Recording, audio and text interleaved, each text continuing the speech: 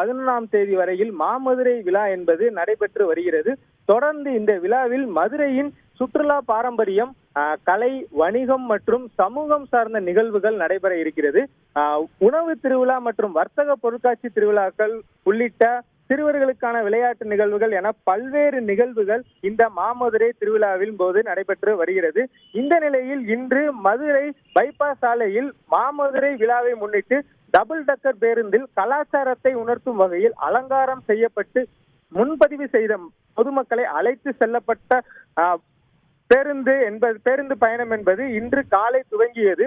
இந்த பயணத்தின் போது தொடர் உற்சாகத்துடன் மதுரையின் முக்கிய சாலையில் டபுள் டக்கர் பேருந்து உற்சாகத்துடன் வலம் வந்ததில் ஏராளமான பொதுமக்கள் அந்த பேருந்து பயணத்தில் கலந்து கொண்டு மகிழ்ச்சி அடைந்தனர். தொடர்ந்து இந்த பேருந்து 2 நாட்கள் வருகிற 2 நாட்கள் பழங்கானத்தம்